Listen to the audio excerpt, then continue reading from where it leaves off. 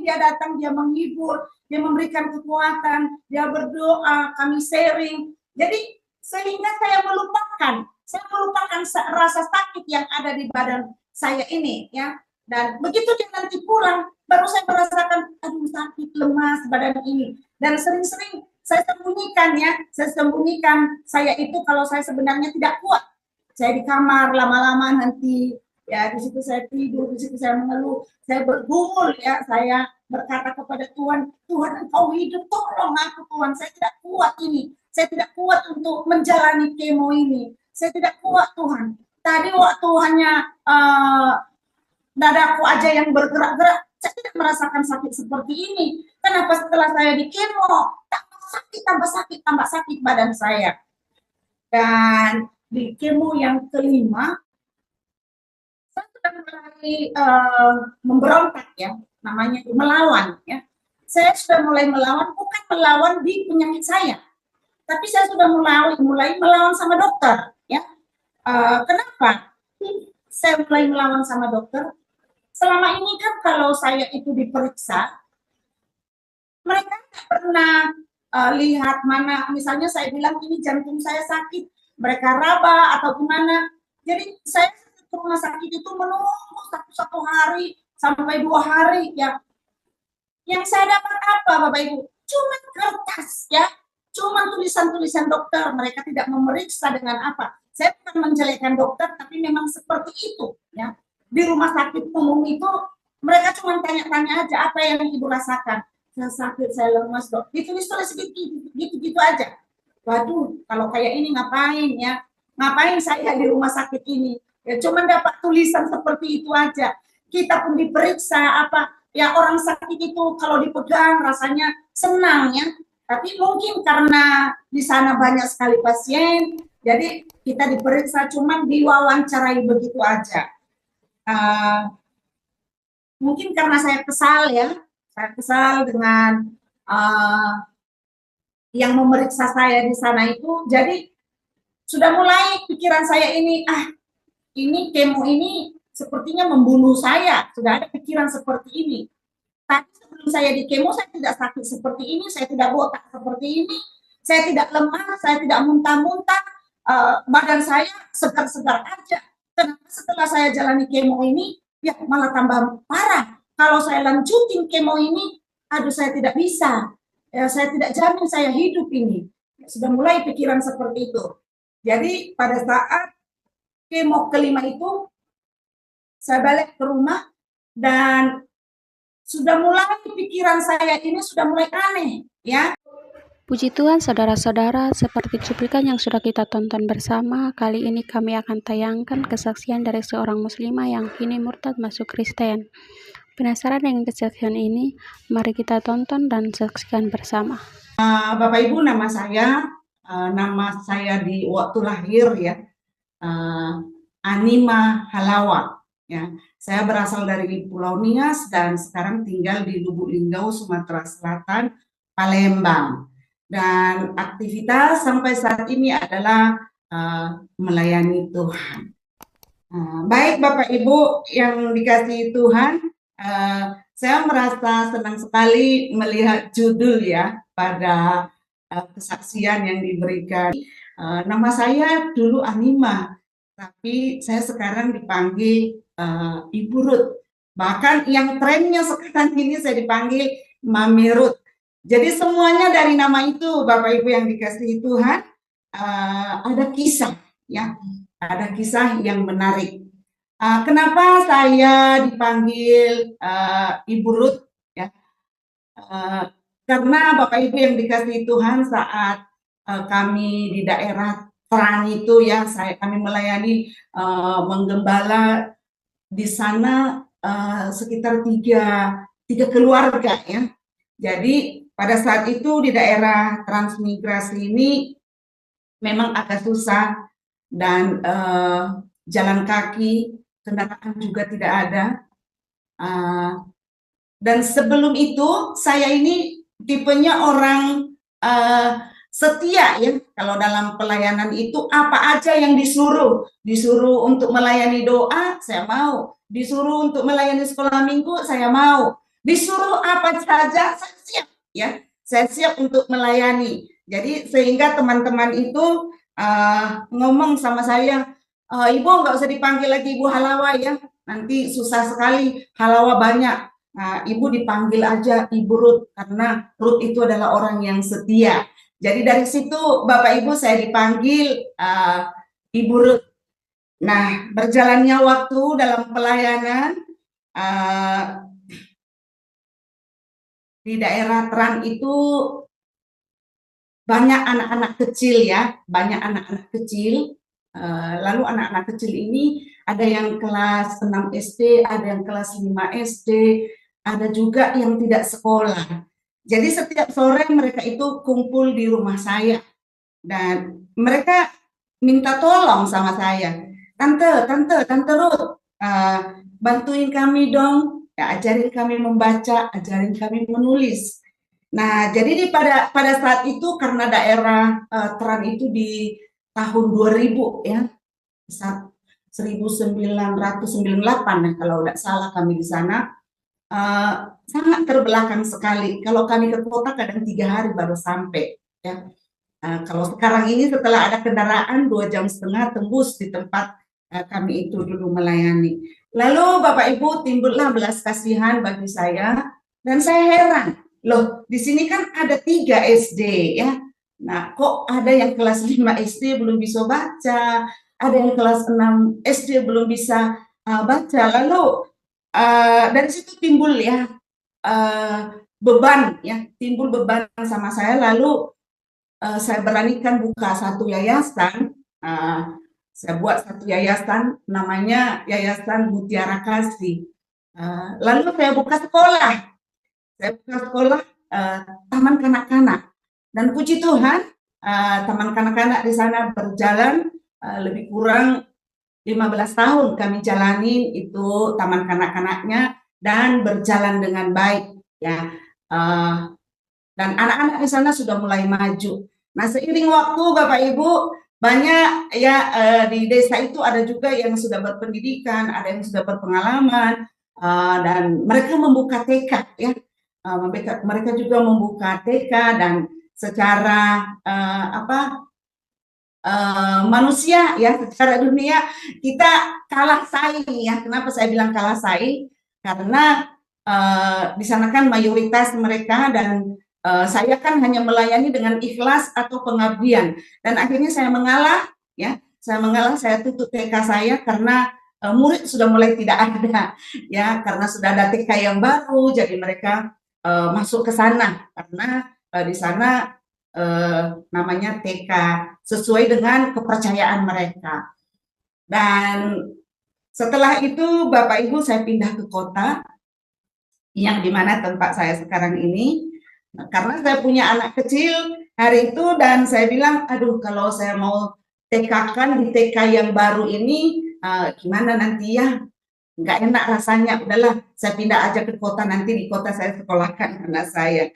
Dan setelah itu saya sekolahkan, saya pindah dari Teran itu, suami tetap masih di dalam di Teran kerja dan kami pindah di Lubuk Linggau dan saya masukkan TK Yobel anak saya di Lubuk Linggau. Itulah sekedar singkat cerita kenapa kami dari daerah Teran dan kami pindah di kota Lubuk Linggau. Dan selama saya di kota Lubuk Linggau, Bapak Ibu, saya rutin ya, saya rajin ya untuk tetap ikut doa ya. Di gereja kami ada menara doa, saya terus tiap hari datang di gereja untuk berdoa. Dan setelah gereja ada sedikit masalah, ada perpisahan, walaupun saya tidak melakukan doa di gereja, menara doa di gereja, tetapi saya tetap menara doa di rumah, baik lewat Zoom maupun lewat telepon, lewat WA, kita tetap melayani lewat doa. Jadi seiring berjalan waktu, Bapak Ibu, di Lubuk Linggau, ada satu lagi ya Bapak Ibu, kenapa saya dipanggil Mami Ruth ya, dipanggil Mami Ruth, karena pindah kami di Lubuk Linggau dan saya tidak ada kegiatan, ya, saya tidak ada kegiatan. Lagi pula masuk apa namanya COVID, ya, masuk COVID dan saya tidak punya kegiatan. Lalu saya ini mulai lihat-lihat YouTube orang, ya, mulai sibuk lihat YouTube dan saya melihat di situ, oh, buat makanan ini bagus, ya. Sudah habis itu saya bergabung dengan komunitas YouTuber, ya. Saya paling tua di situ, mereka masih muda-muda, ya, mereka masih umur-umur remaja, tapi saya cari perkumpulan itu dan saya gabung di komunitas mereka. Dan akhirnya saya belajar bagaimana cara untuk ngedit, bagaimana cara untuk upload itu namanya video.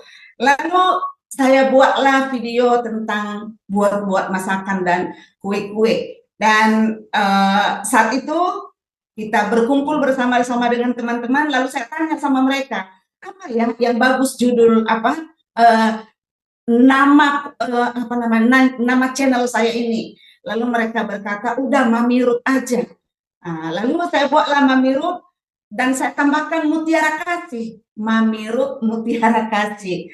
Nah, jadi teman-teman kalau ada yang mau lihat YouTube saya, boleh lihat channel Mami Ruth Mutiara Kasih. Sudah ada sekitar 60.000 orang juga pengikutnya. Nah, dan itulah aktivitas saya sambil berdoa, ya, sambil berdoa untuk orang-orang sakit di Lubuk Linggau ini yang saya tahu. Itulah kesibukan saya selama kami di Lubuk Linggau. Dan di celah-celah kesibukan itu, Bapak Ibu,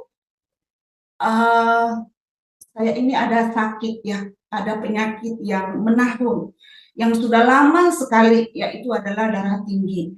Ya, darah tinggi saya ini 210. Jadi di zaman-zaman COVID di tahun 2021, saya itu bingung, ya, kenapa? Ini sudah ada peraturan, katanya kalau tidak divaksin maka tidak bisa kemana-mana. Jadi saya mulai, aduh, gimana ya, kalau saya tidak divaksin, tekanan darah saya juga ini tinggi sekali. Lah, udahlah saya coba, ya. Saya coba datang ke puskesmas terdekat di rumah kami. Saat itu 3 hari sebelum saya divaksin itu, mau ikut vaksin itu, di dada saya sebelah kanan ini ada yang gerak-gerak, ya Bapak Ibu. Dia gerak-gerak begini. Kemudian saya pusing, saya pening, dan saya anggap itu karena kebiasaan, karena saya begitu tinggi. Dan bukan hanya itu, diabetes saya juga tinggi, asam urat saya juga tinggi, dan ginjal juga kena, jantung juga kena, ada pembesaran kata dokter. Jadi komplikasi Bapak Ibu, ya, penyakit saya hari itu. Dan saat itu ya sudahlah, saya mau datang aja, ya, saya mau datang aja ke puskesmas. Apakah saya mau divaksin atau tidak, yang penting saya datang dulu, saya daftar. Akhirnya saya datang ke puskesmas dan tekanan darah saya diukur, diperiksa. Ruangan untuk mau vaksin itu beda, ya, beda dengan ruangan poli. Jadi kami itu ke ruangan vaksin. Lalu setelah saya diperiksa, kata dokternya, Ibu minta maaf Ibu, Ibu tidak bisa divaksin, ya, karena tekanan darah Ibu sangat tinggi. Tapi kami kasih surat aja sama Ibu bahwa Ibu itu sudah datang ke sini tapi tidak bisa divaksin. Nanti kalau Ibu mau pergi-pergi pakai kertas ini aja. Dan sementara itu dulu sebelum Ibu pulang, atau jangan Ibu dulu pulang ke rumah, Ibu ke itu dulu ke poli, ya. Ibu kami tuntun ke puskes. Jadi hari itu saya datang ke dokter. Setelah saya ditolak vaksin, saya pindah ruangan ke ruangan dokter. Lalu saya diperiksa oleh dokter dan dia bilang begini sama saya, Ibu sudah lama penyakit ini sama Ibu? Sudah Bu, kalau darah tinggi saya ini sudah menahun, ya, sudah puluhan tahun, dan bukan hanya sekali 2 kali saya masuk rumah sakit atau saya diopname gara-gara darah tinggi ini. Nah, lalu setelah itu ibu dokter ini nyuruh saya, ibu selama ini berobat di mana? Saya bilang, dia kan saya tetap di Siloam, Bu. Ya, saya suka datang ke situ. Nah, dia bilang sama saya, Bu, saya kasih rujukan ya, dan ibu nanti langsung ke UGD. Ya. Saya kaget, Bapak Ibu, loh, kok aku ke UGD? Ibu, kenapa ke situ? Saya kalau di UGD itu nanti saya langsung diopname. Saya masih ada anak kecil, masih SD, jadi tidak bisa ditinggal. Nggak apa-apa, Bu. Kalau abangnya, kalau ada anak ibu yang besar, suruh mereka yang ini yang antar ibu, jangan bawa motor ya. Karena saya datang ke puskesmas itu walaupun tekanan darah sudah 210, saya masih berani bawa motor. Jadi dilarang oleh dokter itu, jangan ya ibu ya, jangan bawa motor, bahaya. Ibu suruhlah orang lain yang antar ibu ke rumah sakit dan langsung ke UGD. Dan sorenya Bapak Ibu kami ke UGD diantar sama anak saya, dan ternyata benar ya dugaan saya bahwa kalau sampai di UGD saya ini pasti diopname lagi karena tekanan darah saya udah tinggi sekali dan suka pusing. Akhirnya saya diopname di Siloam, dan setelah itu saya berdoa terus sama Tuhan, Tuhan tolong saya Tuhan. Tapi apa ini yang selalu gerak-gerak ini di dada sebelah kanan saya? Dokter periksa jantung, memang ada sedikit apa gangguan di jantung kata dokter, itu ada pembesaran Bu, tapi bukan ini yang namanya yang gerak-gerak ini karena jantung itu di sebelah kiri bukan di sebelah kanan. Setelah 4 hari saya itu diopname di rumah sakit, dan di Siloam itu setiap berapa jam ya dokter jaga itu bertukar mereka, dan setiap ada dokter jaga yang baru mereka tetap periksa ya pasien itu termasuk saya. Jadi ada ibu dokter itu dia sambil bertanya ibu sakit apa, lalu dia raba-raba dada saya, dia raba-raba payudara saya semua ya, dengan teliti sekali dia itu meraba-raba. Tiba-tiba kesinggol sama dia ya, kesinggol di tangannya ada sekitar sebesar telunjuk ini ya, sebesar ibu jari ini. Dia bilang sama saya, ibu ini kok ada benjolan ya, ada benjolan ini di payudara ibu, ini kayaknya yang gerak-gerak ini sama ibu. Nah terus saya bilang, iya sih Bu, kalau kadang saya mandi kan selama ini memang ada sedikit itu yang agak kesenggol di tangan saya, tapi saya berpikir karena biasa kita kalau ibu-ibu itu lagi apa ya, kadang-kadang payudara kita itu ada keras-kerasnya. Katanya ini lain Bu, ini beda ini Bu. Lalu setelah ketahuan dari dokter itu saya di USG. Nah setelah di USG, dokter yang USG itu begini ngomongnya sama saya, ibu ini ada tumor ya, tapi nanti dokter yang apa nanti yang jelaskan sama ibu. Lalu karena saya penasaran, saya tanya sama dokternya, dokter apakah ini tumor atau kanker atau apa itu penyakit? Terus katanya, Bu ini kalau masanya dia itu bulat, nyatu, biasanya itu jinak ya yang sudah kami alami selama ini pengalaman-pengalaman. Tapi itu nanti tergantung pada hasil saat biopsi ibu ini nanti diperiksa di Palembang. Kita di Lubuk Linggau belum bisa periksa.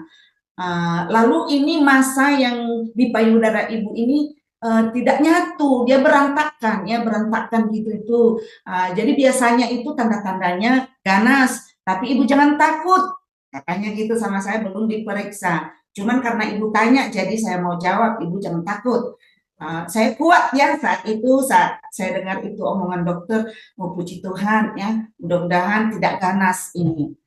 Lalu diperiksa oleh dokter bedah, dan dia bilang, ibu kita akan operasi ya, kita operasi payudara ibu, karena kalau kita tidak operasi nggak ada yang untuk diperiksa apa itu ganas atau jinak. Lalu saya dijadwal untuk dioperasi. Nah setelah saya dijadwal untuk dioperasi, kata dokter itu ada sekitar sebesar ibu jari ya, sebesar ibu jari dia berdiri ya, dia berdiri di samping puting susu saya ini. Ya, itu kata dokter dan sudah dikirim ke Palembang untuk diperiksa. Kita sabar ya Bu, paling lama 10 hari nanti kita dapatkan hasilnya. Saya balik ke rumah, saya boleh pulang, tekanan darah saya sudah normal, saya dikasih insulin karena diabetes juga tinggi, asam urat juga tinggi, dan darah tinggi sudah agak turun. Saya balik ke rumah dan sekitar seminggu lebih kami dipanggil lagi oleh dokter dan dia memberitahukan hasil yang didapat dari biopsi setelah saya operasi. Pada saat kami ke rumah sakit, ibu dokter itu dia memanggil anak saya jauh-jauh dari saya. Ya. Dia memanggil anak saya jauh-jauh dari saya. Udah mulai nih hati saya ini kedebuk ya. Ada apa ya Tuhan? Ada apa ini? Ini kok ini disembunyikan sama saya? Nggak langsung terus terang ini dokternya. Kenapa anak saya ditarik jauh-jauh ya untuk memberitakan apa hasilnya ini? Lalu di luar sana mereka bisik-bisik ya. Dia bisik-bisik dengan anak saya dan baru setelah mereka bisik-bisik itu dokternya pelan-pelan masuk lagi ke ruangannya, saya nunggu di dalam dan karena saya sudah curiga, lalu saya bilang sama ibu itu, ibu dokter, ibu nggak usah ragu-ragu untuk menyampaikan sama saya hasilnya. Saya sudah siap Bu, saya sudah siap menerima hasilnya, saya sudah siapkan hati saya baik buruknya, saya sudah siap untuk menerima apa hasil dari biopsi ini. Saya bukan tipe orang yang suka kaget, karena saya sudah tahu kan penyakit saya ini memang aneh. Jadi saya ingin langsung dengarnya dari ibu dokter sendiri, supaya saya itu jangan lain penyampaian anak saya nanti dengan ibu dokter.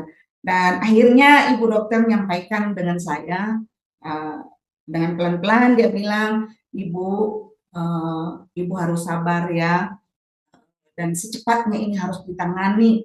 Ibu tidak boleh gara-gara penyakit ini lalu ibu lemah, ibu tetap kuat. Lalu disampaikan hasilnya bahwa ini adalah kanker dan kankernya ganas dan ibu harus dikemo. Ya. Mendengarkan kemo itu, ya waktu saya dengarkan hasil kanker itu ganas, saya tidak begitu Bapak Ibu tidak begitu ada rasa takut atau rasa sedih atau gimana, ya. Tetapi setelah saya dengar kemo, nah baru di situ saya merasa, aduh Tuhan, ini di kemo bahaya ini, aduh ini berarti ini memang benar-benar ini penyakit yang berbahaya. Lalu saya tanya sama dokter, dokter di kemo itu di mana? Apakah bisa di Lubuk Linggau atau di mana? Lalu dokternya ngomong di kita di Lubuk Linggau Bu belum ada, cuman di Palembang ada yang bisa untuk di kemo. Lalu kami balik ke rumah dan disarankan oleh dokter tadi bahwa harus segera, tidak boleh lambat ya, harus segera berangkat ke Palembang dan kasihnya rujukan untuk langsung di kemo. Jadi singkat ceritanya Bapak Ibu kami berangkat ke Palembang. Pada saat kami berangkat ke Palembang, kami ini adalah keluarga yang sangat sederhana ya. Suami saya seorang karyawan di perusahaan, dia kerja sama orang dengan gaji ya sangat standar Bapak Ibu yang di tempat ini gaji karyawan 3.500.000 satu bulan. Secara manusia saya bimbang ya, saya bimbang bagaimana ini Tuhan, saya mau kemo, saya butuh uang, saya butuh ongkos ke sana, saya butuh makan, kemudian di Palembang saya tidak punya keluarga, saya tidak punya orang yang saya kenal, lalu kami mau nginap di mana ya, lalu saya ngobrol dengan anak saya gimana kita, kalau mau ke Palembang itu kalau kemo itu bukan hanya sehari, 2 hari, ya. Kemudian setiap kemo minimal 1 minggu kita di Palembang, lalu balik. Kalau kita mau nginap di hotel, kalau kita dapat hotel yang 100.000 satu malam, sekali datang ke sana hanya untuk nginap aja ya, untuk hotel aja sudah 500.000, belum lagi uang makan. Itu kan pergumulan yang sangat luar biasa bagi saya, Bapak Ibu. Lalu kami berdoa, ya, kita tidak lupa bahwa Tuhan itu adalah segala-galanya bagi kita. Tuhan telah menolong kita beberapa kali. Ya. Sebelum saya kemo ini, Bapak Ibu, saya sudah 3 kali dioperasi dan penyakitnya penyakit parah-parah, ya, penyakit parah-parah, ya. Perut saya ini dibelah dari jantung sampai ke bawah sudah 2 kali, ya.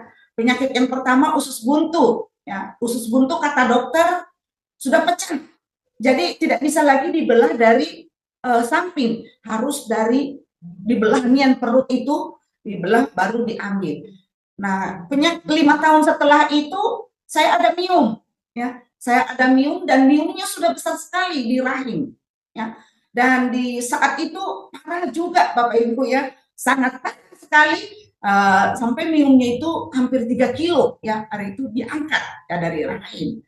Dan ini ketiga kali yang untuk payudara ini. Dan yang paling saya takutkan secara manusia ini kanker payudara ini. Dulu waktu saya di operasi pertama, saya tidak tahu, saya berharap aja lah kepada Tuhan. Segala sesuatunya pasti Tuhan bereskan. Dan puji Tuhan saya sehat, saya dioperasi. Di operasi kedua itu waktu miom juga, itu di Palembang. Dan saya tetap kuat. Dan pada saat kami ini di operasi yang untuk kemo ya, untuk kemo ke Palembang ini, secara manusia sedikit saya khawatir ya. Tetapi setelah saya itu ingat bahwa ada Tuhan Yesus ya, ada Tuhan Yesus yang selalu menolong, yang selalu menyediakan segala sesuatu, lalu mulai timbul iman saya. Lalu mulai timbul iman saya, Bapak Ibu. Lalu pada saat itu kami berangkat dan pertama-tama, sebelum kami berangkat ke Palembang, saya share di Facebook, ya. Saya share di Facebook. Saya lupa apa ya kata-kata saya, tetapi saya percaya, ya. Saya berkata di situ tidak ada yang mustahil bagi Tuhan. Tuhan pasti menyelesaikannya bagi saya. Itu intinya. Lupa saya apa kata-kata saya di Facebook itu, tidak panjang, ya, tidak panjang. Cuman berapa bait aja saya tulis seperti itu. Dan pada saat itu ada ibu rohani saya, dia juga mendukung sekali saya dalam doa ibu ini. Lalu dia nelpon saya, dia tinggal di Palembang. Dia bilang begini, Ibu Ruth, apa yang terjadi sama Ibu Ruth? Kenapa statusnya seperti itu? Ya, saya tidak sadar ya kalau status saya itu dipakai Tuhan ya untuk menolong saya, Bapak Ibu. Lalu saya bilang sama dia, Ibu, saya mau ke Palembang, Bu. Saya mau di kemo. Saya ceritakan sama dia kalau saya divonis kanker payudara. Dan kami mau berangkat ke Palembang. Nah, ibu ini cerita dengan saya, ya. Dia cerita dengan saya. Ibu, beberapa hari ini saya cerita dengan suami saya, katanya begitu. Saya bilang sama suami, kenapa sepertinya Tuhan menyuruh saya untuk menolong Ibu Ruth? Ya. Kenapa sepertinya Tuhan menolong saya untuk menolong Ibu Ruth? Nah, ini setelah kami itu berangkat ke Palembang ya. Sudah sampai di Palembang, kami di penginapan, dia nelpon saya, dia cerita begitu sama saya.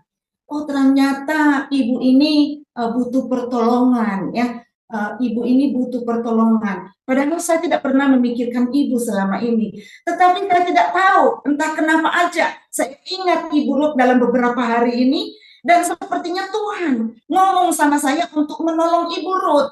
Ya, lalu ibu ini ngobrol dengan suaminya. Ya, ini kami sudah di penginapan dan kami sudah diperiksa di rumah sakit. Saya mau menjalani kemo yang pertama. Lalu suaminya ngomong sama dia begini, iya, tolonglah kalau memang sudah Roh Kudus bicara, Kalau Tuhan sudah ngomong, bantulah ibu itu, kirimlah dulu dia uang 2 juta sekarang, kata suaminya. Lalu ibu ini ngomong, oh jangan 2 juta dulu Pak, ini kalau kemo ini panjang ke depan, bukan hanya sekali ini, aku mau kirim dulu Ibu Ruth 1 juta malam ini. Lalu dia minta nomor rekening saya, lalu dia bilang, aku kirim Bu ya 1 juta untuk bantu-bantu ibu penginapan dan uang makan. Besoknya dikiriman lagi makanan lewat ojek online.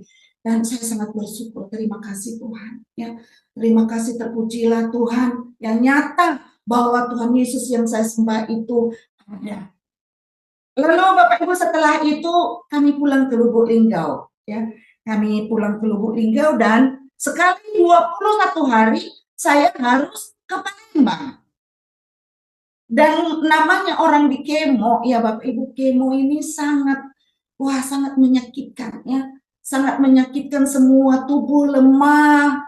Ya saya tidak bisa cerita ya seperti apa namanya kemo ini, sampai seluruh rambut ini botak sama sekali ya, botak sama sekali. Lalu kami balik ke Lubuk Linggau. Kami ngobrol dengan anak saya bilang, gimana kita selanjutnya ya, apakah kita ini terus tinggal di hotel ya, kita tinggal di hotel atau gimana. Lalu anak saya berusaha untuk mencari teman-temannya untuk bisa nginap, dan pada saat itu lagi musim COVID ya Bapak Ibu.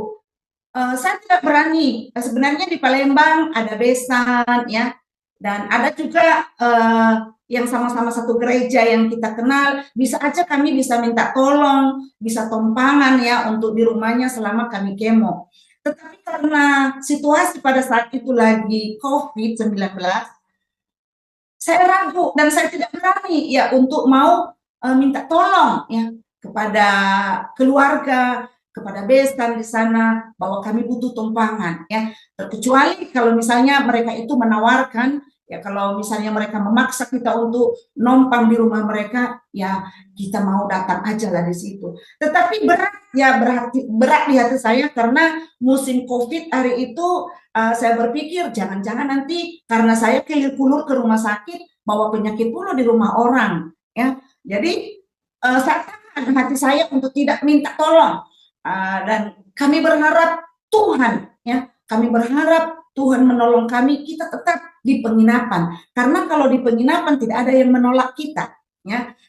Belum tentu walaupun itu keluarga rumah yang jemaat, pasti di hati kecil mereka ini, waduh ini lagi musim COVID, Ibu Ruth nanti bolak-balik ke rumah sakit, dapat virus dari sana bawa ke rumah. Jadi kita harus berhikmat. Sehingga pada saat itu kami tidak cari rumah ya. Ada rumah yang ditawarkan anak saya, tapi saya bilang di situ kan banyak anak kecil ya, resikonya tinggi. Lebih bagus kita dengar aja, kita ikuti aja alurnya Tuhan, kita percaya aja bagaimana Tuhan membuka jalan bagi kita. Dan akhirnya saudara yang dikasihi Tuhan, kami balik lagi ke Palembang. Oh, belum kami balik ke Palembang, datang lagi ya telepon dari ibu ini yang namanya, saya sebut namanya ya, nggak apa-apa ya, mudah-mudahan dia menontonnya apa live ini. Dia Ibu Marta yang ada di Palembang. Dia adalah seorang pendeta juga. Dia sangat luar biasa dipakai Tuhan lah untuk membantu kami pada saat itu. Dia telepon saya lagi, bagaimana Ibu Ruth, kapan mau berangkat ke Palembang Bu? Besok Bu, kami mau berangkat ke Palembang. Nah gimana, Ibu mau tinggal di mana? Saya bilang, palingnya Bu kami kembali lagi ke penginapan itu, kami nanti tinggal di situ. Lalu ibu itu ngomong gini sama saya, Ibu Ruth bagaimana kalau kamu tinggal di rumahku aja ya. Di rumah itu kan, di depan itu kan ada ruangan kosong satu. Nanti ibu bisa masak sendiri di situ, jadi tidak berhubungan dengan orang banyak di rumah. Saya juga tidak tinggal lagi di rumah yang lama ini, kami sudah buat rumah yang baru dan saya tinggal di situ. Jadi ibu boleh tinggal di situ. Secara manusia saya merasa senang ya, dan sangat bersyukur kepada Tuhan. Aduh, terima kasih Tuhan Yesus, terima kasih Engkau baik. Ya, nyata pertolonganmu dalam hidup saya Tuhan. Ternyata ada orang yang Engkau suruh, ada hamba-Mu yang telah Engkau siapkan untuk menolong kami. Dan kata ibu sama saya, cuman di ruangan nanti paling ibu pakai AC ya. Di ruangan depan itu nggak ada, paling ibu nanti pakai kipas angin. Di ruangan depan belum ada AC-nya, belum dipasang. Oh tidak apa-apa ibu, yang penting kami ada tempat tumpangan, kami lepas dari biaya penginapan hotel. Lalu sudah dilihat di hati saya sudah ada tempat kami untuk menginap. Nah ternyata di Palembang sana pagi-paginya kami berangkat dari sini naik kereta api. Di Palembang sana juga ibu ini dan bapak ngobrol lagi ya, bapaknya suaminya Pak Stokpul yang ngomong dengan istrinya, Bu, kenapa kita kasih Ibu Ruth di luar? Ya, kita suruh aja dia tidur di ini di kamar yang satu. Ya, kan tidak ada orang di rumah. Biarlah Ibu Ruth tidur di situ. Lalu mereka itu berangkat dari rumahnya, datang lagi ke rumahnya yang lama ini, membersihkan kamar itu, dibersihkan serapi mungkin sangat luar biasa. Oh, luar biasa lah ya. Kalau saya ingat-ingat itu, Tuhan, Engkau begitu baik, Engkau luar biasa. Dan sorenya kami sampai di Kertapati, dan saya telepon, Ibu kami sudah sampai di Kertapati. Dan dia jawab, Ibu langsung ke rumah aja ya, kamar sudah disiapkan, makanan juga sudah disiapkan. Di situ ada keluarga ya yang nunggu, nanti dia yang akan itu nyambut Ibu nanti untuk nunjukin di mana Ibu tinggal. Oke Ibu, lalu kami berangkat dari Kertapati menuju rumah Ibu Marta. Dan sangat luar biasa saudara yang dikasihi Tuhan. Begitu kami datang, kami disambut dengan baik, ya, dikasih makan, dan saya tidak jadi tidur di ruangan di luar itu. Saya bilang sama keponakan yang ada di situ namanya Nur, Ibu, tadi kan kata Ibu kami tidur di luar, saya tinggal di luar. Katanya, enggak Tante, enggak di situ tidurnya, Ibu harus tidur di dalam. Di sini kan enggak ada orang, jadi Ibu sendiri nanti yang di rumah ini, di kamar ini Ibu sendiri. Nah di kamar itu memang pernah saya tidur waktu saya di operasi yang mium itu, saya memang tinggal di rumah Ibu itu juga dan di kamar itu. Nah cuman pada saat itu rame orang di situ. Nah kemudian saya masuk di kamar dan saya lihat, oh luar biasa Tuhan, sudah ditata dengan baik, tidak seperti waktu saya tidur dulu di sana itu. Wow, luar biasa. Uh, Kalau kamar hotel yang kami bayar 100.000 satu bulan ini jauh ya, jauh lebih bagus, jauh lebih luar biasa. Dan di situ saya kagum dan saya terheran-heran bagaimana caranya Tuhan ya menolong, menyediakan segala yang terbaik bagi saya.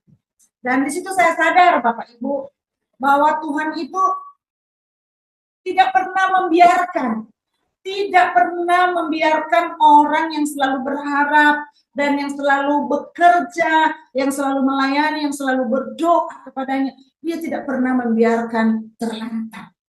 Dan selama saya kemo, selama 6 bulan di rumah ibu itu, saya memang luar biasa mendapatkan kasih Tuhan. Ya, saya di situ gratis, benar-benar gratis.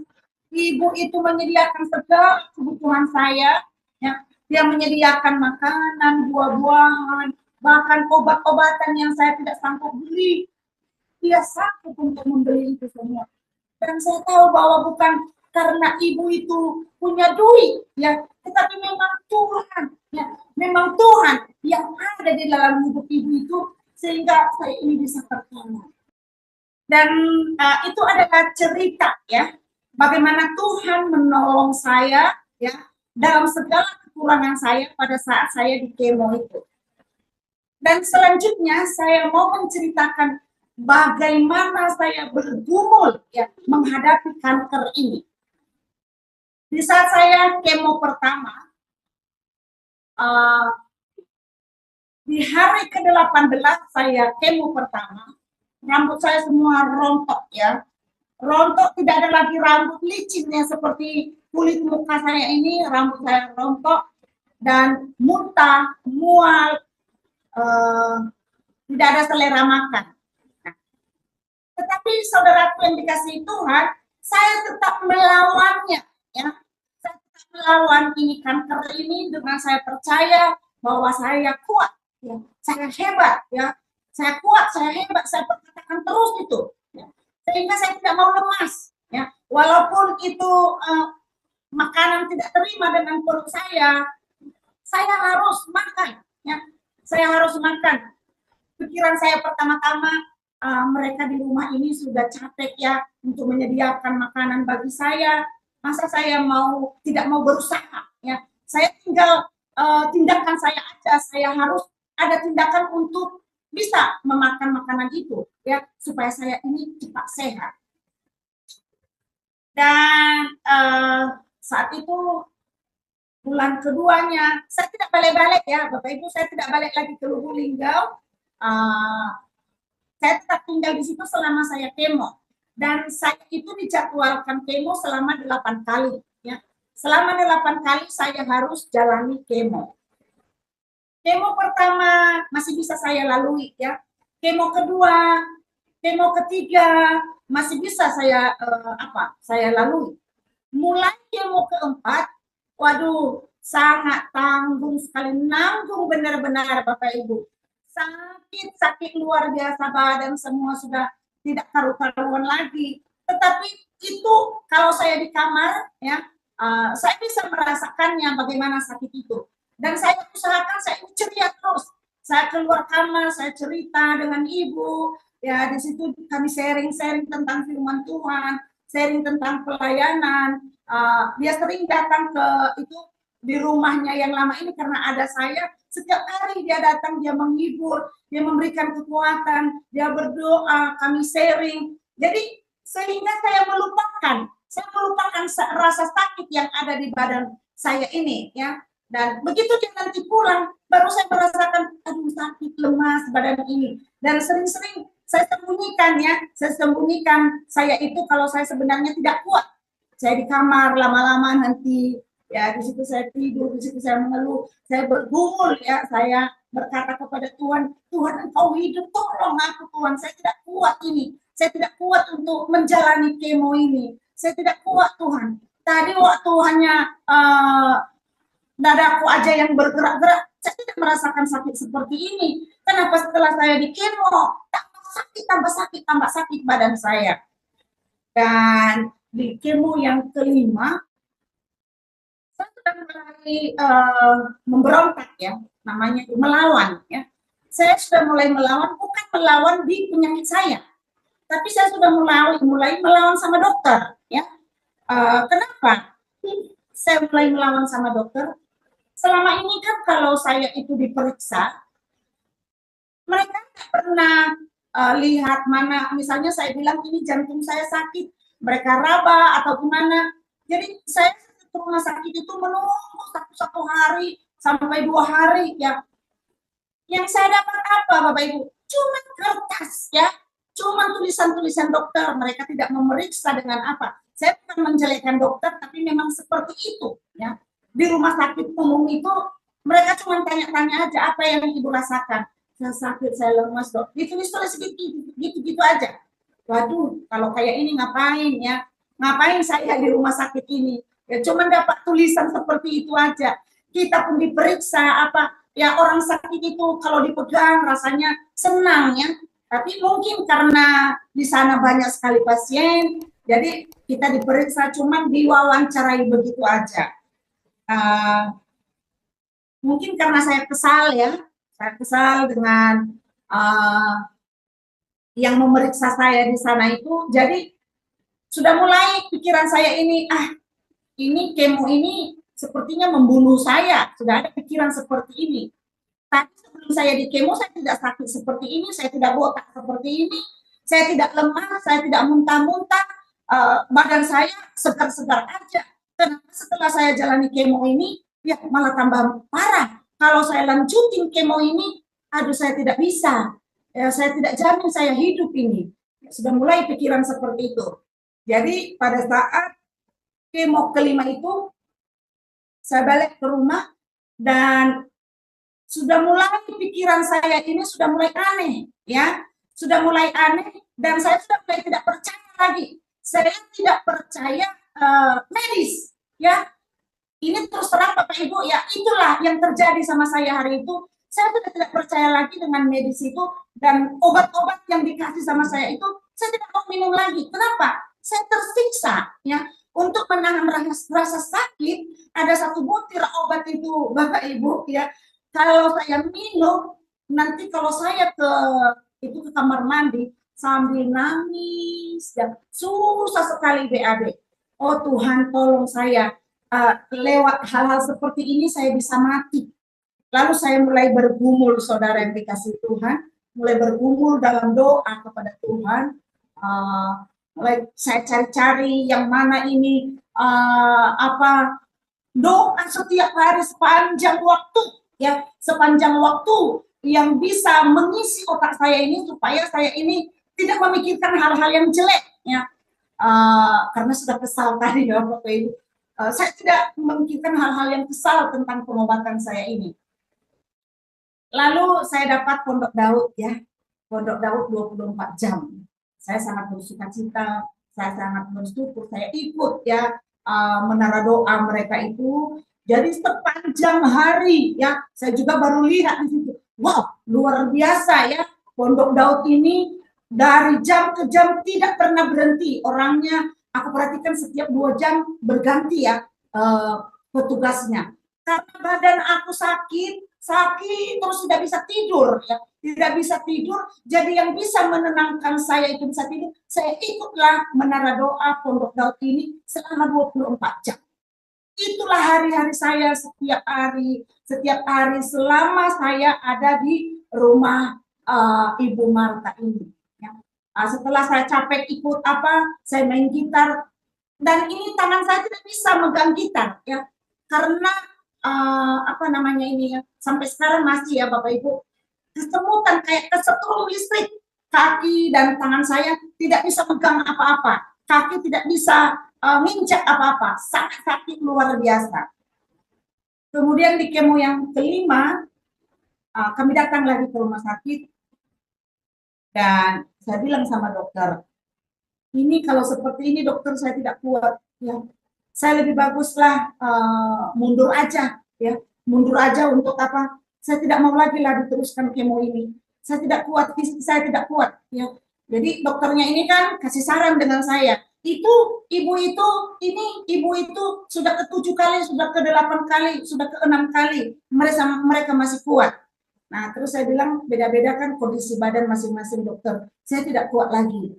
Dan karena saya dipaksa-paksa hari itu, akhirnya saya ikuti satu kali lagi kemonya, kemo ke-6. Dan di saat kemo ke-6 itu Bapak Ibu, ya, kalau tadinya di kemo kelima kaki ini memang menyut kayak gimana digigit-gigit, tulang itu sakit sekali, menangis terus saya setiap malam. Dan di kemo ke-6 tambah sakit, ya, tulang-tulang udah masuk ke tulang-tulang saya ini. Rasa sakitnya itu, dan saya tidak bisa membayangkan seperti apa rasa sakitnya itu. Lalu mulai saya ambil lagi HP saya masukkan lagi di Facebook, saya katakan di situ saya tidak mau lagi Tuhan untuk di kemo ini, saya tidak mau teruskan lagi kemo ini, saya tidak kuat Tuhan. Nah, banyak hamba-hamba Tuhan yang kasih saran, diteruskanlah Bu. Nah, ada juga yang bilang berhentilah Bu kalau tidak kuat. Ada juga yang nelpon, ya, ada teman saya orang Nias, barusan juga istrinya meninggal gara-gara kemo ini. Nah, dia nelpon sama saya, yang marah-marah di situ, berhentilah kemo itu. Kamu itu meninggal karena kemo, tidak kuat lagi dia terus di kemo, dia meninggal. Nah, terus saya bilang, iya bang, Tuhan lah yang nanti kasih aku hikmat gimana caranya. Jadi dia marah sama saya. Pokoknya saya bilang sama kamu, berhentilah kemo itu. Kamu mati nanti kalau kamu itu di kemo terus, kalau memang kondisi tubuhmu tidak kuat. Lalu saudara yang dikasih Tuhan, saya berpikir-pikir, Oh iya benar juga ya. Dan aduh, perasaan saya memang tidak luar biasa sakitnya itu. Anak saya setiap malam saya suruh dia pijit kaki ini, diangkat salah, ditegakkan sini, diluruskan salah, semua badan menyut dan berteriak-teriak terus. Aku nangis pokoknya tidak tahan. Dan aku berpikir, Tuhan, kalau seandainya ini aku lanjutin, saya pasti mati memang ini Tuhan, tidak kuat lagi. Ya jantung saya dipompa terus, berdebar-debar. Aduh, ini tidak karu-karuan rasanya seperti apa. Dan apa yang saya perbuat, Bapak Ibu, saya hanya berdoa terus sama Tuhan. Saya berdoa, Tuhan, tolong saya, Tuhan. Tolong saya, Tuhan. Dan akhirnya saya ajak anak saya ke rumah sakit untuk bertemu dengan dokter. Uh, Siapa ya namanya? Saya lupa namanya ini ya. Saya kepala dokternya ini, ya, saya datang ke Geraha. Saya bilang sama anak saya, kalau kita ke poli umum lama dan kita tidak bisa ngobrol dengan luasa dengan dokter. Tidak apa-apa anak, kita bayar, kita datang ke Geraha saja. Dan akhirnya kami datang ke rumah sakit di Geraha dan saya ngomong dengan dokter, saya mau pamit ya dokter. Jadi jangan nanti kalau kami tidak datang lagi, dokter berprasangka mungkin saya sudah mati atau dokter ngomong saya sudah lari atau gimana. Jadi lebih bagus saya pamit dengan dokter. Saya tidak kuat lagi dokter. Ya saya ini jadi lumpuh gara-gara kemo ini. Kalau saya kemo ketujuh lagi dokter, saya tidak kuat lagi. Nah, tadinya kenapa saya bersikeras ya untuk tidak nyambung kemo ini. Waktu kami periksa terakhir kali itu, ada dokter yang memeriksa itu, dia bilang, Bu, ini kalau ibu tidak kuat, ya, kalau ibu tidak kuat di obat ini, maka kami akan tukar obat ibu, tetapi 1 kali seminggu ibu di kemo selama 12 kali lagi. Wow, dengar itu saya merasa ketakutan, saya gemetar di situ itu. Ini aja sekali 21 hari saya tidak kuat, apalagi kalau 1 kali seminggu ditambah lagi kemo saya ini. Oh, ini sudah tidak benar lagi ini Tuhan. Sudah tidak benar lagi. Saya tidak mau. Nah, akhirnya kami itu mencari kepala dokternya ini untuk pamit dan kami tidak mau lagi kemo. Dan saat itu dokternya kasih arahannya, Ibu, kalau ibu nanti melanjutkan kemo ibu ini, ya, kalau ibu lanjutkan kemo ini, maka saya akan tukar obatnya. Saya tukar obatnya dengan obat yang paling bagus, obat yang paling baik ya untuk ibu. Terus dia bilang begini lagi, kalau ibu pulang, bukan begitu.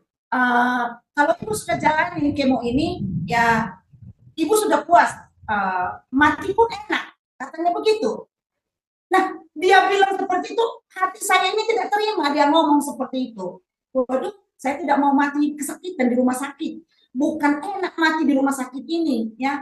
Kalau di kemo ini, saya mati di rumah sakit, tidak enak sama sekali. Lalu pikiran saya sudah mulai kacau. Lalu saya bilang sama dokter, Pak dokter, ada tidak Pak jaminan ya sama dokter kalau seandainya saya ikuti kemo saya ini ya, walaupun tadi itu anggota Bapak sudah ngomong ditukar obat ini jadi 16 kali lagi, dan dokter bilang enggak, kita cuma 2 kali lagi kita kasih obat yang bagus. Ada enggak jaminan dari sama dokter saya bisa sembuh? Kalau misalnya dokter jamin saya sembuh, semua yang sakit-sakit di badan saya ini, saya ikuti dokter itu kemo yang 2 kali lagi. Tapi kalau tidak ada jaminan, untuk apa dokter? Saya lebih bagus mati di rumah saya, ya, daripada saya mati di rumah sakit, ya orang direpotkan, nyawa saya sudah hilang, uang lagi nanti keluar. Kami ini bukan orang yang punya, ya. Dari mana biaya-biaya untuk dari Palembang mengantar ke Lubuk Linggau, nebus mayat saya sudah sampai seperti itu ngomongnya sama dokter, pakai duit dokter, enaklah kalau saya sudah tahu kalau memang Tuhan ya tidak mau menolong saya, memang ini sudah waktunya Tuhan mengajak saya pulang ke rumahnya, lebih bagus aku meninggal di rumahku. Tidak ada yang repot dokter ya kalau saya meninggal di rumahku. Dan akhirnya dokter itu angkat tangan, terserah ibu lah, sambil marah dia ya. Pokoknya kami tidak bertanggung jawab kalau ada apa-apa yang terjadi sama ibu. Keputusan di tangan ibu. Kalau mau lanjut lanjut, kalau tidak tidak. Kami tidak menyuruh ibu pulang ya. Kami tetap sedia ya, setia untuk melanjutkan ya pengobatan ibu kalau ibu mau. Tapi kalau ibu tidak mau, kami tidak paksa. Semua tergantung sama ibu. Dan hari itu kami pulang ya, kami pulang dan saya cerita di rumah sama ibu. Ibu, saya sudah ambil keputusan ibu, saya harus pulang ya. Saya bilang ini tidak ada kesembuhan ya. Kalau saya dilanjutkan kemo Bu, saya tahu pasti saya mati Bu, dan merepotkan semua orang ya.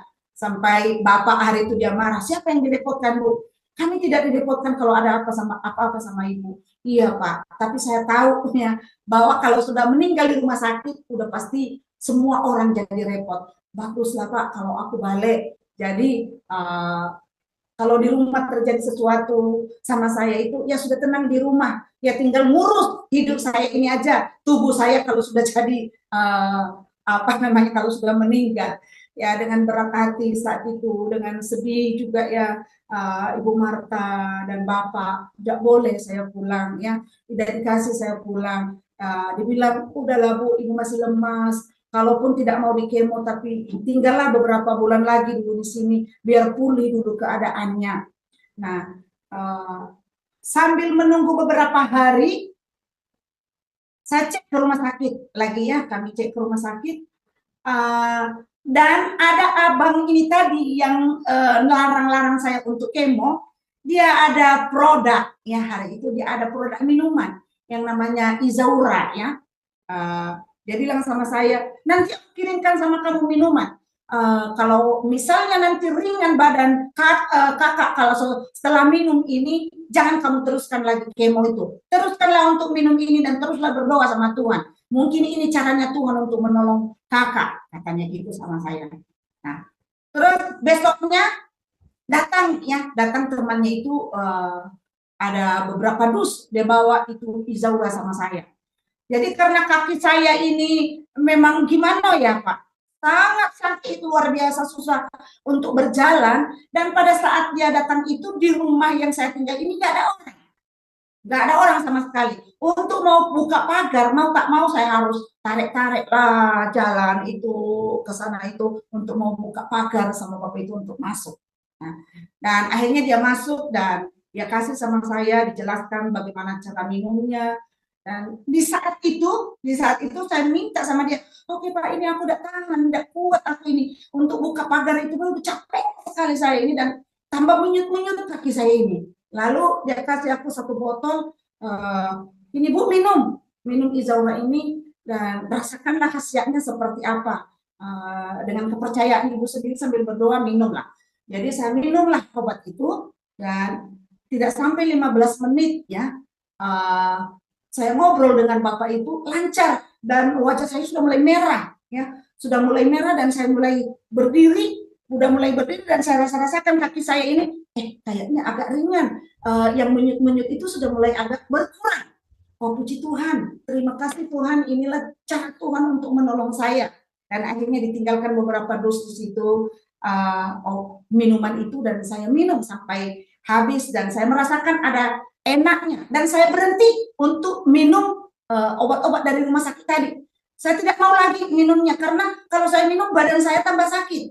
Dan kemudian ketemu dengan saudara-saudara seiman di sana, nelpon, Ibu aku ada obat Bu, ini ada kunyit putih, ada daun tapak darah, ada apa lagi ya, ada yang kasih saya itu batang bajaka. Nanti saya antar ke rumah Bu. Dan puji Tuhan mereka antar, dan saya selama saya di tempat Ibu Marta ini ya, sebelum artinya kan kami mau balik ke Lubuk Linggau, sambil menunggu gimana reaksi obat-obat ini, saya rebus-rebuslah obat itu, kunyit putih, tapak darah, bajaka, Dan puji Tuhan mulai ada keringanan ya, mulai ada keringanan dan saya sudah memberanikan pamit ya, saya pamit sama ibu sama bapak yang punya rumah. Ibu, kami mohon maaf, kami mau pulang ya. Dan sebenarnya kami tidak boleh pulang karena kondisi saya masih sangat memprihatinkan Bapak Ibu. Dan akhir kata saya balik ke Indo di tanggal 11 bulan 3 2022 yang lalu. Nah, sebelum kami pulang, saya kontrol. Sebelum saya pulang itu saya kontrol dulu ke rumah sakit. Dan di situ saya ketemu ada juga hamba Tuhan yang sama dengan saya, sakit payudara juga, dan dia sudah dioperasi. Kami sama-sama serempak kami itu datang ke rumah sakit untuk kontrol. Dan dia cerita dengan saya, Ibu Ruth, mau tidak aku masukin ibu di itu doa di Miracle. Saya tanya dia, Miracle itu apa? Dia cerita, terus ada Bu, ada kita bisa lewat Zoom, lewat WA. Oh, saya senang sekali, justru itu yang saya cari-cari. Saya bilang gitu sama tante itu, masukinlah saya tante, masukinlah saya di itu, di grup itu. Saya pingin doa terus, karena yang bisa menyembuhkan kita ini kan hanya doa, ya. Lalu saya masuk di situ, ya. Kemudian saya balik ke rumah.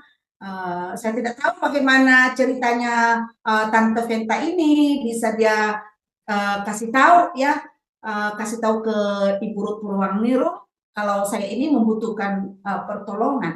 Nah, tapi sebelumnya itu saya dilayani oleh SOS ya yang dari Jakarta. Mereka melayani saya lewat doa. Dan dia juga sudah janji sama saya hari itu, nanti ibu saya kasih di Miracle ya. Jadi saya ingat, oh apa ini ya yang dibilang sama Ibu Esther kemarin ini mau dimasukin, mau digabungkan saya di. Lalu singkat ceritanya Ibu Ruth Purwaningrum ya nelpon saya saat itu. Ya, saya cerita dan dia menguatkan saya ya. Waktu saya pertama-tama kenal dengan Ibu Ruth Purwaningrum, wah ini sangat luar biasa, sangat dasar ibu ini ya untuk membangkitkan, membangunkan iman kita. Oke, Ibu Ruth, tetaplah ada doa setiap hari kami, kalau boleh ikutlah.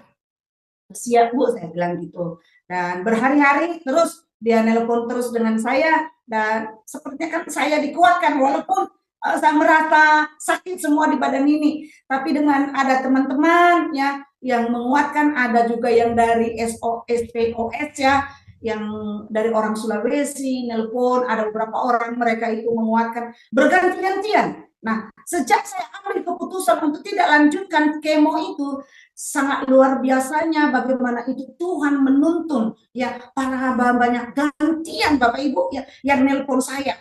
Saya nggak tahu dari mana mereka kenal saya, mereka berdoa sama saya, mereka menguatkan saya. Jadi iman saya itu bangkit ya. Oh iya, hidup saya ini adalah untuk Tuhan. Dan kalau memang Tuhan sudah waktunya ya, Tuhan itu untuk saya pulang, maka silahkan Tuhan, saya sudah siap. Saya bilang seperti itu. Lalu kami ambil kesimpulan, keputusan kami balik ke Lubuk Linggau, dan tanggal 11 Maret 2022 kami pulang, kami balik ke Lubuk Linggau. Dan Bapak Ibu, waktu selama 6 bulan saya di Palembang, saya tidak pernah memegang dapur ya, saya tidak pernah masak, cuci piring, karena saya dalam keadaan sakit dan memang tidak bisa kena air ya. Saya harus pakai kaos kaki, tangan ini harus dibungkus terus karena tidak bisa kesetrum ya, tidak bisa megang apa-apa. Sampai di rumah saya bersandar di tempat tidur dan saya berserah kepada Tuhan.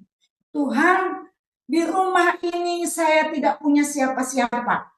Saya tidak punya orang yang bisa membantu saya. Suami saya kerja di kebun, ya. Cuman sekali seminggu dia datang ke Lubuk Linggau lihat kami. Dan yang ada di tempat ini cuma anak saya kelas 2 SD. Ya. Dia tidak bisa ngapa-ngapa dan tidak bisa menolong saya. Tuhan, hanya Engkaulah pertolongan saya. Ya. Dan anak saya si Krisman dia itu tidurnya sama di gereja ya. Nah, sekali-sekali juga tidur di sini dan saya tentu tidak bisa mengharapkan karena dia adalah laki-laki dan tidak biasa untuk kerja di dapur. Dan tidak sepanjang hari ya, tidak sepanjang hari dia ada sama saya di situ. Dan saya lagi ada mengurus ya anak ini untuk ngantar ke sekolah dari rumah ke Yobel ya. Dan di saat saya itu bersandar, saya percaya, saya bilang Tuhan, saya percaya Tuhan semuanya melakukan yang terbaik bagi saya, memampukan saya, memberikan saya kekuatan yang baru, baik untuk ngurus anak inti untuk sekolah, baik untuk ngantar dia, karena dari sekolah ke rumah itu ada sekitar lebih kurang 10 kilo Bapak Ibu. Jadi naik motor dari rumah dari jam 6 ke sekolahnya itu. Karena setengah jam ya saya itu baru sampai di sana karena dia masuk di jam 7.15. Jadi saya harus sudah bangun dari jam 5 untuk mempersiapkan anak ini. Jadi pertama-tama itu yang ada di benak saya. Oh Tuhan Yesus, di Palembang selama ini ada yang masak ya, ada orang di rumah ibu itu yang bisa bantuin saya. Sekarang saya sudah di rumah saya dan itu saya yakin dan percaya bahwa Tuhan menolong saya. Dan mulai saat itu ya Bapak Ibu dengan berani saya datang ke dapur saya. Saya mulai megang, saya buka keran air dan walaupun waktu saya kena air itu pegang besinya itu saya seperti kena setrum ya, saya itu kayak ini, nah kaki juga melompat seperti ini, aduh bagaimana ini, terus saya bilang dalam nama Yesus saya bisa, dalam nama Yesus saya bisa, dalam nama Yesus saya kuat. Lalu saya mulai cuci itu mangkok yang untuk saya minum ya, dalam nama Yesus saya kuat, dalam nama Yesus saya kuat. Nah, dan puji Tuhan saudaraku yang dikasih Tuhan, ya dengan keberanian dan saya percaya ya, saya percaya bahwa ada kuasa Tuhan itu dan akhirnya bisa saya cuci satu buah mangkok itu. Nah, beranjak dari itu saya percaya saya hebat, saya kuat, saya luar biasa. Lalu besoknya anak saya yang Krisma masih ngantar adiknya ya, masih dia bantuin di dapur ya karena saya masih lemas, tapi juga di motor masih bisa nolong adiknya untuk mengantar ke sekolah. Saya tidak tahu beberapa hari ya dia itu bisa membantu saya. Dan yang luar biasanya saat itu di Miracle Prayer Room baru pagi ya yang saya ikuti doanya itu setiap pagi jam 4. Lalu ada salah seorang ya yang ngomong begini dengan Ibu Ruth, Ibu Ruth saya mau ikut doa Ibu Ruth Purwaningrum ya, bukan Ibu Ruth saya. Ibu Ruth saya mau ikut doa tapi sore lah jangan pagi. Dan akhirnya hari itu kami bukalah Zoom untuk sore ya, dibuka Zoom untuk sore, saya belum masuk dulu ya, hari itu baru 3 orang apa berapa orang lah yang ada anggota di situ. Lalu mulai saya masuk di Zoom sore, saya masuk di Zoom sore dan kami ada 4 orang hari itu. Nah setelah saya masuk di situ Ibu Ruth Purwaningrum lihat dan dia bilang begini sama saya ya, saya tidak tahu bagaimana Ibu Ruth ya ada keberanian ya, padahal dia tahu kalau saya ini sakit dan tidak bisa megang gitar juga tidak bisa. Nah, dia bilang sama saya, Mami Ruth, Ibu nanti ya yang pimpin, yang pertama-tama itu ya pimpin doa ya. Oke, kalau doa masih saya bisa pimpin. Baik Bu, saya jawab seperti itu. Besoknya, Ibu Ruth, tolong ya Bu ya, Ibu yang main musik ya. Waduh, dalam hatiku aku kan belum bisa main gitar ini ya, jari-jari saya belum bisa neken gitar, tetapi kalau memang Tuhan yang suruh saya untuk main gitar saya mau ya, dan saya tidak pernah menolak ya, saya tidak menolak sama apa yang dibilang sama Ibu Ruth Purwaningrum, saya ikut terus. Baik Bu, baik Bu. Nah jadi giliran sore saya mulai main gitar ya, saya bawa pujian dan sakit ya, itu sakit sekali Bapak Ibu, sangat sakit sekali, tapi saya paksa ya, saya tidak mau dikalahkan oleh penyakit ini. Saya tidak mau kalah, saya bisa, ya, saya bisa. Dan akhirnya saya bisa bawa pujian. Walaupun jari-jari ini gemetaran, kesemutan, baik kanan, baik kiri, terus. Dan akhirnya selesailah Zoom pada sore hari ini. Dan selanjutnya, saya tidak tahu ya bagaimana Ibu Ruth Purwaningrum dipimpin oleh Tuhan. Bilang sama saya, Mami, saya serahkan sama Mami Ruth ya untuk koordinator, sebagai koordinator di Zoom prayer room sore. Ya, saya mulai tarik nafas dan saya bilang, oke Bu, ya saya tidak mau menolak, ya, saya tetap setia, saya tetap mau taat. Ya ini caranya Tuhan untuk menolong saya. Dan mulai Bapak Ibu saya ambil alih ya untuk mengurus Zoom sore. Dan puji Tuhan di saat itu banyak yang sakit yang masuk ya. Dan saya sebagai orang yang sakit, saya yang sering berdoa untuk mereka ya. Saya yang sering berdoa untuk yang suaminya sudah pergi dan tidak pernah balik-balik, sampai semua jawaban doa itu dijawab oleh Tuhan. Dan puji Tuhan, di saat saya berdoa sama mereka yang sakit, di saat saya melayani itu benar-benar fokus dalam pelayanan, di situ mujizat Tuhan itu duluan terjadi dalam hidup saya. Duluan saya terima, ya. Setiap saya melayani ada perubahan dalam tubuh saya. Setiap saya melayani saya ada perubahan. Saya bisa masak, saya bisa nyapu, saya bisa nyuci piring, saya bisa masak, saya bisa mulai bawa motor, ya. Hitung-hitung kalau tidak salah hari itu Bapak Ibu ada sekitar 5 hari atau 7 hari ya. Setelah kami balik dari Palembang, saya sudah mulai berani bawa motor dari rumah ngantar anak saya ke sekolah. Kenapa? Karena dia menghadapi ujian, ya, ujian naik kelas. Dan sampai sekarang Tuhan tolong. Jam 12 saya sudah harus lagi berangkat dari rumah untuk jemput dia balik ke sekolah. Dan sangat luar biasa saya melihat bagaimana Tuhan itu menolong, bagaimana Tuhan itu menyertai kita, asal hidup kita benar-benar kita serahkan full kepada Tuhan.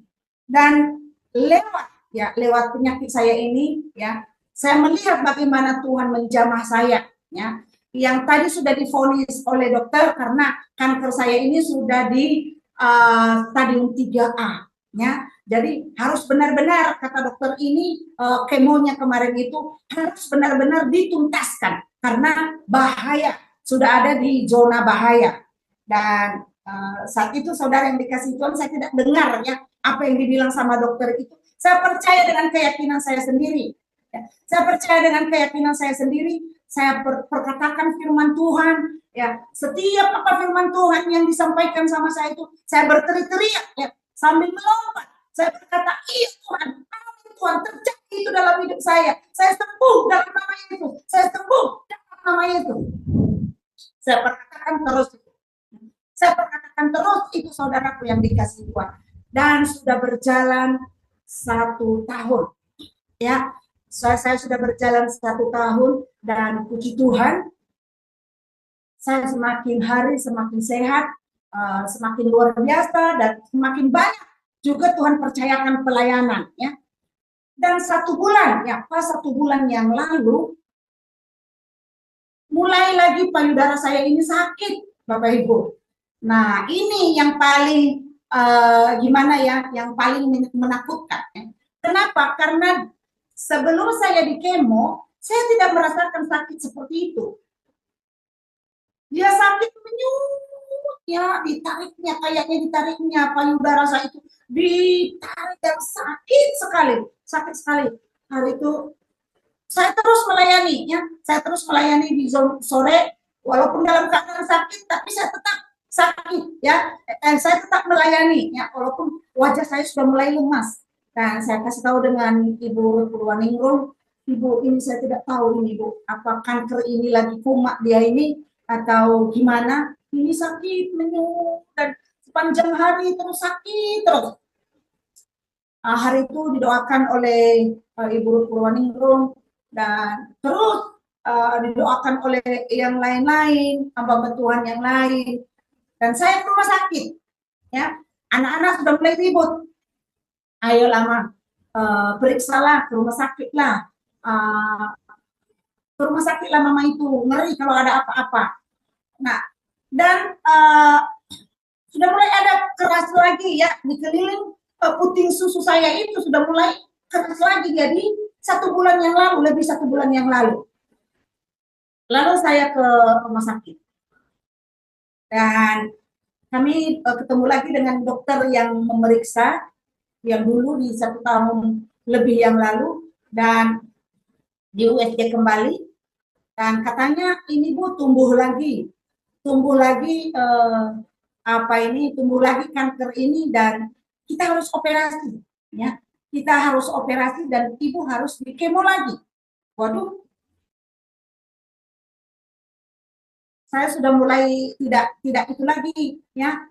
Kemudian dia kasih jadwal, Kamis besok ibu datang ke sini untuk pelaksanaan operasi, karena tidak langsung nanti ibu itu dioperasi karena darah tinggi ibu kan masih tinggi, asam urat ibu masih tinggi, diabetes ibu masih tinggi. Jadi kita harus dulu sembuhkan dulu yang lain-lain itu, baru ibu bisa dioperasi. Jadi mulai hari Kamis ibu sudah masuk rumah sakit, harus diopname. Nah, Bapak Ibu, itu adalah pergumulan yang berat bagi saya. Ya. Kenapa itu pergumulan berat bagi saya? Apakah di Zoom sore tidak ada orang lagi atau hamba-hamba Tuhan yang melayani, yang bisa menggantikan posisi saya untuk melayani? Ada, Bapak Ibu, banyak hamba-hamba Tuhan. Tetapi saya berkata kepada Tuhan, Tuhan, kalau memang sudah Tuhan berikan tanggung jawab ini sama saya, kalau saya masuk rumah sakit lagi, pelayanan saya ini macet lagi ya Tuhan, ya macet lagi. Tuhan, saya tidak mau seperti itu. Kalau memang itu cuma caranya Tuhan, ya, untuk membawa saya pulang, saya tidak takut, saya sudah siap Tuhan. Tapi saya tidak mau, ya, pelayanan ini berhenti. Saya tidak mau pelayanan ini macet. Saya mau terus melayanimu Tuhan. Saya nyaman dengan melayani Tuhan. Saya merasakan sesuatu yang luar biasa. Lalu saya balik dari rumah sakit, saya cerita dengan anak-anak, dan mereka bilang, gimana Mak?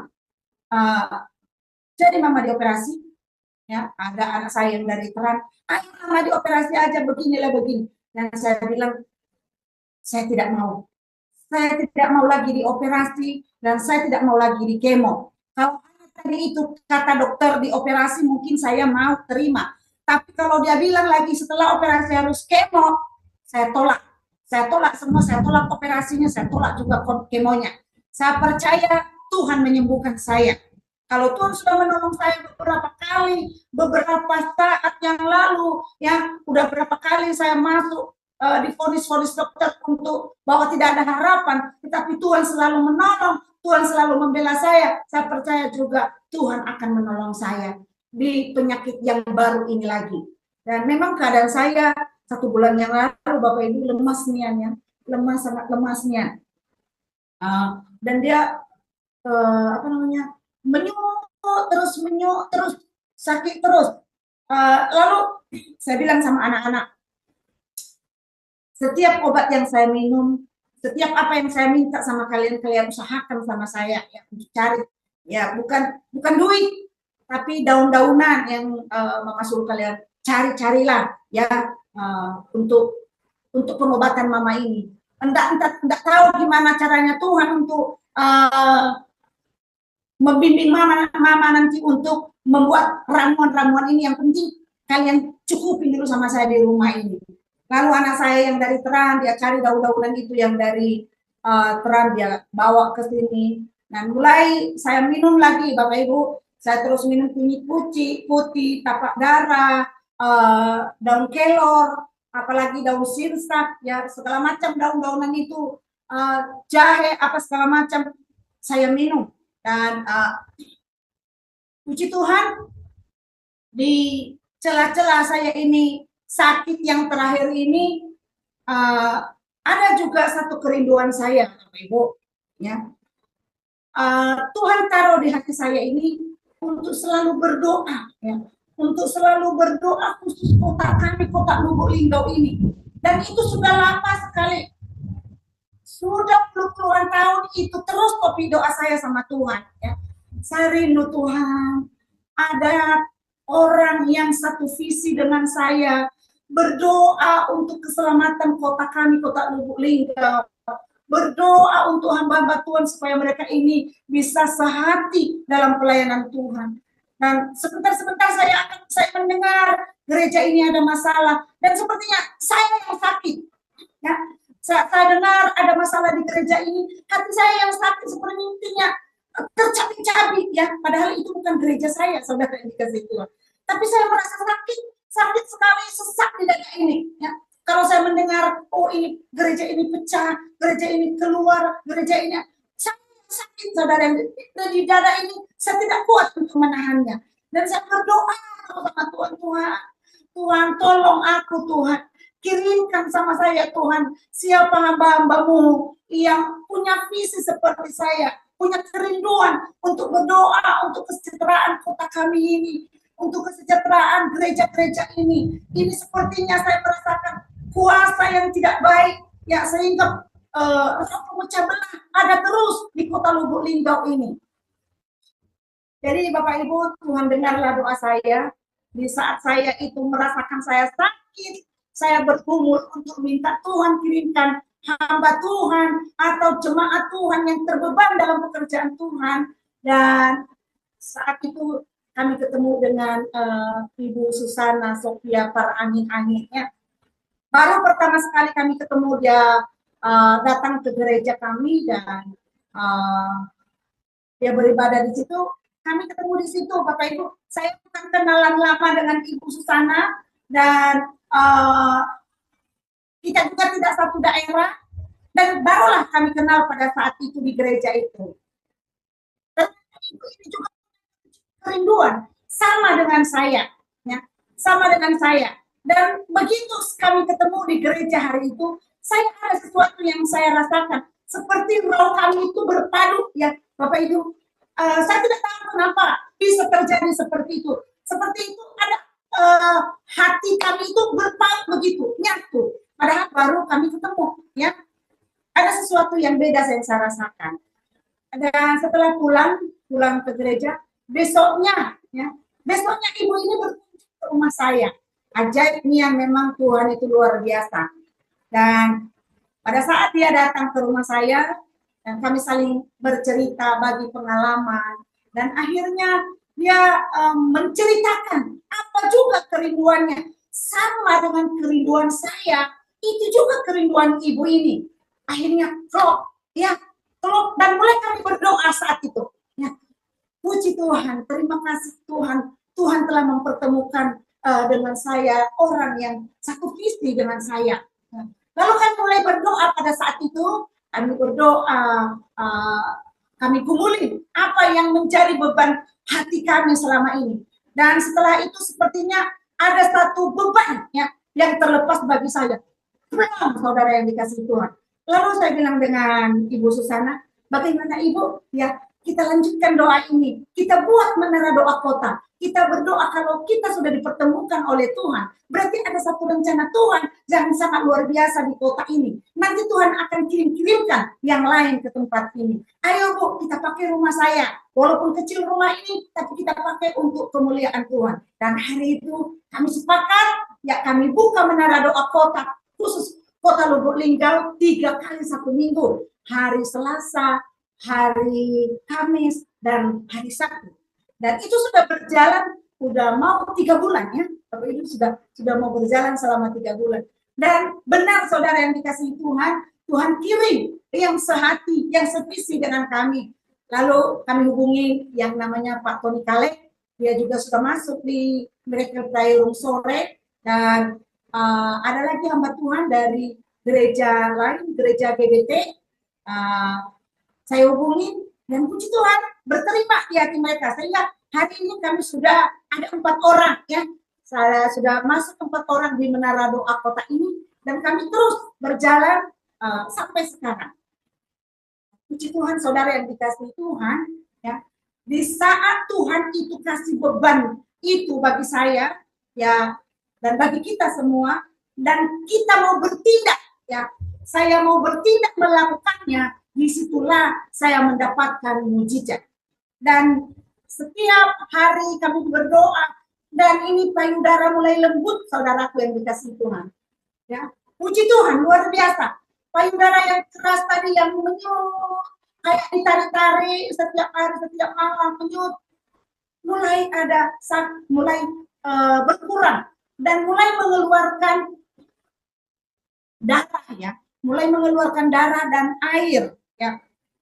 Dan itu tidak bau sama sekali, saudara yang dikasihi Tuhan. Dan setiap dia itu keluar, dan saya berkatakan di dalam nama Yesus, akar-akarmu keluar, kau keluar dalam nama Yesus, ya, keluar. Dan saya ambil hikmatnya bahwa yang keluar itu adalah akar-akar dari kanker itu. Dan saya buat itu sampai sekarang, ya. Dan beberapa hari yang lalu sampai saya bilang dengan Ibu Susana, Ibu Susan, tolong pegangin Bu, ini sudah lembut, ya, ini sudah lembut. Jadi setiap apa itu darah yang keluar itu, setiap air yang keluar itu adalah akar dari kanker itu. Dan puji Tuhan, saudaraku yang dikasihi Tuhan, walaupun, ya, sampai saat ini, ya, dia masih mengeluarkan air dan darah, ya, tapi sudah berkurang, ya, dari sakit menyut yang sangat menyiksa beberapa hari yang lalu itu. Dan singkat cerita Bapak Ibu yang dikasihi Tuhan, ada satu lagi, ya, setelah kami buka Menara 2 ini,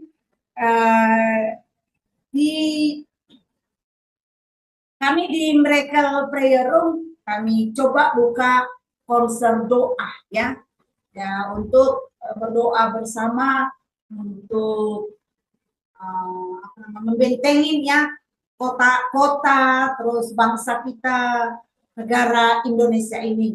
Di tanggal 9, ya, kemarin, ya, kalau tidak salah, tanggal 9 hari Jumat kemarin itu.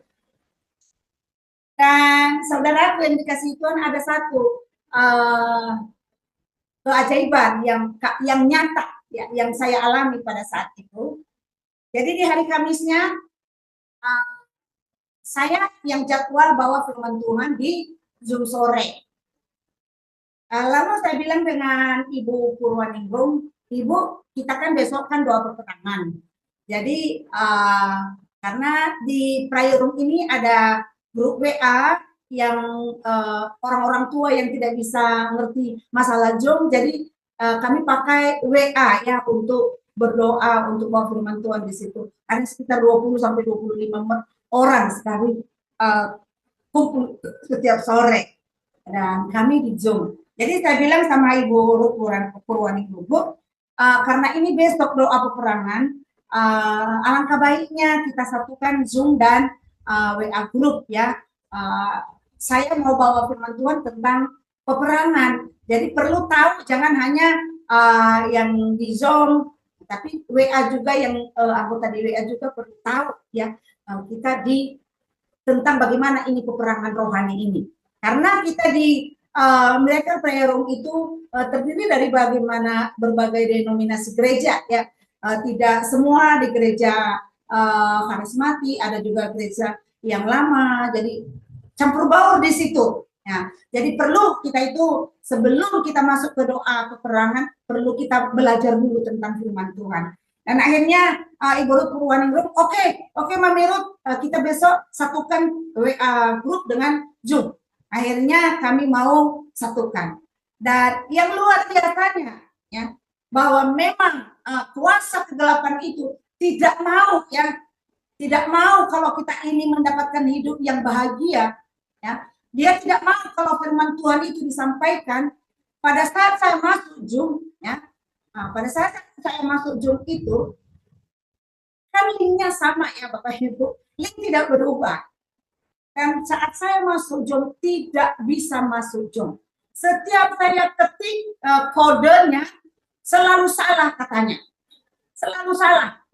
Waduh, gimana ini? Yang dari WA group sudah masuk, ya tapi di Zoom tidak bisa masuk. HP saya pakai untuk WA dan laptop saya pakai untuk Zoom, tapi tidak bisa masuk. Berkali-kali Bapak Ibu ya, berkali-kali saya masuk Zoom, saya klik link yang sama, saya klik kode yang sama, tetapi tetap salah katanya ya. Tapi puji Tuhan, karena kami di hari Jumat itu kebetulan Ibu Susana ada di rumah saya dan dia ini lama dijemput dan HP-nya masih bisa dipakai, sudah bisa masuk dia di Zoom. Dia sudah bisa masuk di Zoom, tetapi saya nggak bisa masuk. Nah, bagaimana ini Mami? Ini nggak bisa disatukan ini. Zoom sudah banyak orang. Lah, WA juga sudah masuk di WA, tapi kenapa ini? Lalu pelan-pelan ya, tolong Bu sebutkan, siapa tahu saya yang salah. Sebutkan angkanya. Lalu Dek Rara dari Papua nelpon, ini Bu kodenya. Iya Dek, sudah kode yang sama ini. Juga Ibu Ruth ini kodenya. Iya Bu, sudah sama kodenya, tapi tetap salah. Tidak bisa masuk saya di Zoom ini. Dan akhirnya saya bilang sama Ibu Susana, tolong Ibu aku pinjam HP Ibu ya. Ibu kan masih dengar di situ, jadi biarlah firman Tuhan ini disampaikan. Lewat laptop kita tidak bisa masuk Zoom. Saya tidak tahu masalahnya apa. Dan setelah saya menyampaikan firman Tuhan, ya, saya pakai HP-nya Ibu Susana dan HP saya untuk WA. Selesai, terus kami masuk dalam doa. Ya, dan doa saat itu saya serahkan sama Ibu Susana. Mulai dia berdoa, lalu saya masuk lagi di laptop saya. Dan luar biasa saudara yang dikasih Tuhan. Saat saya masuk, saya bisa masuk lagi. Kenapa tidak salah kodenya, kode yang sama? Lalu saya sadar ini adalah kuasa kegelapan. Ini adalah kuasa si jahat. Dia tidak suka ya kalau firman Tuhan tentang peperangan rohani ini didengar oleh orang banyak. Begitu juga dalam penyakit yang saya hadapi, Bapak Ibu. Ya. Saya terus memakai firman Tuhan ya, untuk melawan penyakit ini. Saya pakai terus firman Tuhan, saya perkatakan, Tuhan Yesus telah mati di kayu salib. Darah Yesus telah tercurah bagi saya. Dia rela menderita supaya saya yang sakit ini menjadi sembuh. Ya. Supaya saya yang menderita ini menjadi orang yang hebat, menjadi orang yang luar biasa. Supaya saya menjadi orang yang dipakai dengan luar biasa ya, dalam memberitakan kebenaran firman Tuhan. Jadi singkat cerita Bapak Ibu, waktu pagi tadi ditelepon sama Pak Franky, Ibu Ruth bisa bersaksi. Saya sebenarnya agak gimana ya, karena mendadak Pak Franky nelpon saya. Lalu apa yang aku saksikan? Oh baiklah, saya mau menyaksikan penyakit yang saya alami ini dan bagaimana Tuhan membebaskan saya dan bagaimana Tuhan menolong saya. Hingga pada saat malam hari ini Bapak Ibu, saya bisa bersaksi. Saya bisa bersaksi di hadapan kita. Hanya satu yang saya mau beritakan kepada Bapak dan Ibu. Kalau memang kita benar-benar sudah di dalam Tuhan, iman kita itu benar-benar percaya bahwa Yesus itu ada, maka apapun yang kita doakan, Tuhan pasti jawab. Kalau saya bisa disembuhkan, Bapak Ibu juga yang ada di Zoom ini, baik pemirsa yang menonton secara live pada malam hari ini, juga disembuhkan oleh Tuhan. Percaya bahwa kuasa Tuhan itu selalu ada dari dulu, sekarang, dan sampai selama-lamanya. Kuasa mujizat Tuhan itu tetap ada. Puji Tuhan, demikianlah yang menjadi kesaksian saya pada malam hari ini. Tuhan Yesus memberkati. Puji nama Tuhan, demikianlah kesaksian yang sudah kita tonton bersama. Kiranya kesaksian ini dapat memberkati kita semua. Dan terima kasih buat semua yang sudah dukung dan support channel ini. Doa kami selalu menyertai saudara semua dimanapun berada. Sekali lagi terima kasih dan salam, sampai jumpa di kesaksian berikutnya.